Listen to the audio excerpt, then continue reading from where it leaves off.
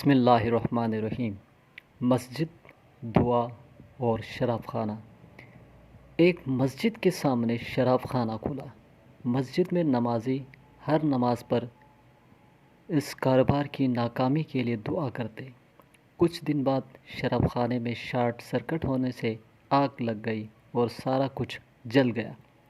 شراب خانے کے مالک نے مسجد کے امام اور نمازیوں کے خلاف کیس درج کروا دیا۔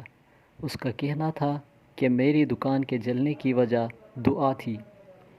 مسجد کے امام اور نمازیوں نے اس بات سے انکار کیا کہ آگ ان کی بد دعا کی وجہ سے لگی ہے۔ جج نے اپنا فیصلہ سناتے ہوئے کہا کہ اس کیس کا فیصلہ کرنا بہت مشکل ہے کیونکہ شراب خانے کا مالک دعا کی طاقت پر یقین رکھتا ہے، لیکن تمام مسجد والے یقین نہیں رکھتے۔